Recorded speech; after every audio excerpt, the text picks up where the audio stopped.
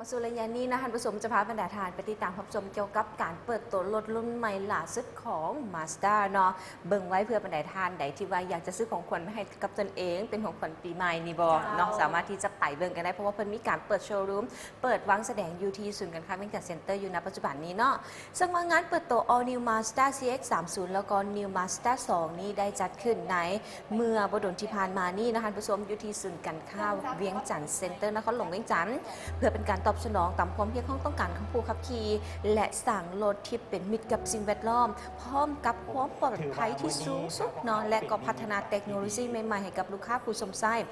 ซึ่งวันในวันที่29 พฤศจิกายน 2019 ที่ผ่านมา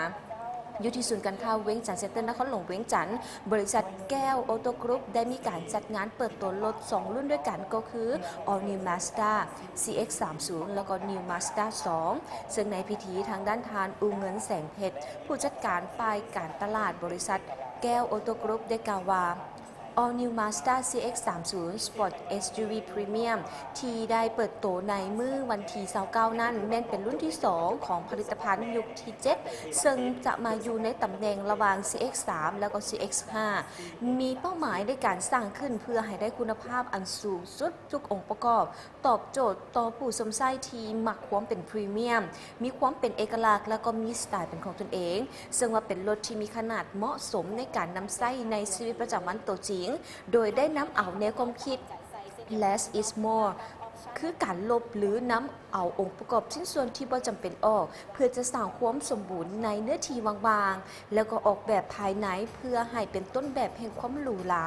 และเจตนาที่จะสร้างขึ้นให้เป็นเอกลักษณ์เหมือนงานศิลปะอันหนึ่งเนาะแล้วก็ให้ไทยทุกสัดส่วนนั้นลงตัวได้อย่างสมบูรณ์แบบเพื่อเน้นถึงความสง่างามโดยนำเอาการสะท้อนของแสงและเงาจากสภาพแวดล้อมเพื่อเฮ็ดให้เกิดเส้นสายปรากฏขึ้นอยู่ตามด้านข้างของผิวรถ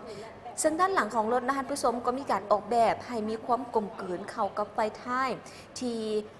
ไฟท้ายเนาะแล้วก็ที่ด้านหน้าก็มีการออกแบบให้มีความเรียบหรูเช่นเดียวกันส่วนว่าภายในโตของรถนะคะผู้ชมเพิ่นก็มีให้ทัศนวิสัยที่ดีมีการออกแบบสไตล์เรียบหรูมีการจัดวางอุปกรณ์ต่างๆให้อยู่ในตำแหน่งที่ใช้สอยได้อย่างสะดวกสบายและที่สำคัญก็คือใส่วัสดุที่มีคุณภาพด้วยงานฝีมือที่สุดยอดแบบศิลปะของสาวญี่ปุ่นซึ่งว่า All New Mazda CX-30 นี่แมนไปได้ทุกทีลุยได้ทุกบอลแน่นอนเนาะกับคอนเซปต์ที่ว่า Freedom to go anywhere ด้วยเครื่องจักร 2.0 ที่ให้พลังแห่งบิดนี่สูงในหอบเครื่องจักรต่ำและก็ที่สำคัญก็คือประหยัดน้ำมันสูงสุดด้วยเทคโนโลยี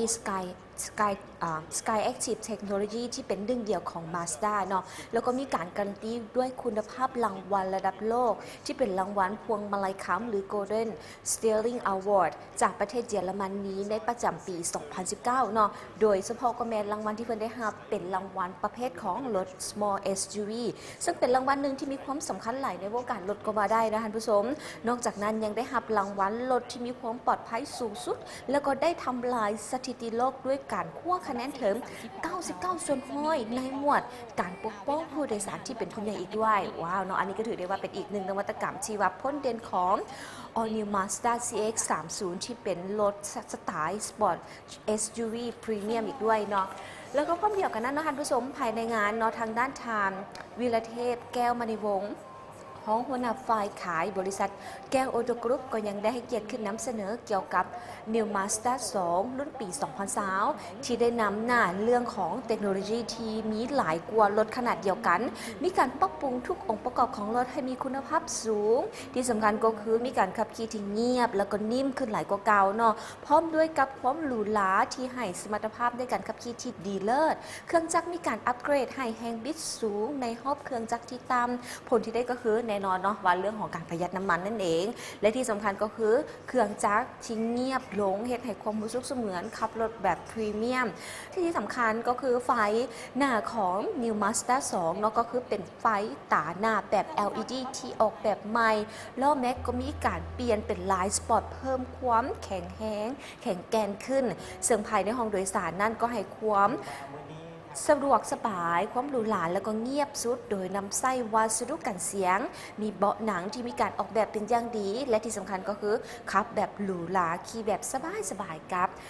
New Mazda 2 พร้อมกับเทคโนโลยีใหม่ๆที่มีการออกแบบมาเนาะให้มีความปลอดภัยที่สูง แล้วก็เป็นมิตรกับสิ่งแวดล้อมอีกด้วยนะคะท่านผู้ชมซึ่งวันในวันที่29ที่ผ่านมามีการเปิดตัวรถ2รุ่นที่ท่านผู้ชมเห็นเนาะก็มีทางด้าน All New Mazda CX-30 ซึ่งตัวนี้เนาะเป็นรถที่ว่าอยู่ระหว่างการ CX-3 แล้วก็ CX-5 เนาะท่านผู้ชมท่านไหนที่ว่าอยากจะไปสัมผัสรถแบบ SUV พรีเมียมขึ้นเนาะขับจังไหนให้มันหรูหราขับจังไหนให้มีความปลอดภัยสูงด้วยการการันตีรางวัลระดับโลกก็คือรางวัลพวงมาลัยค้ำจากประเทศเยอรมันประจำปี 2019 เนาะไปสัมผัสกันได้กับรถ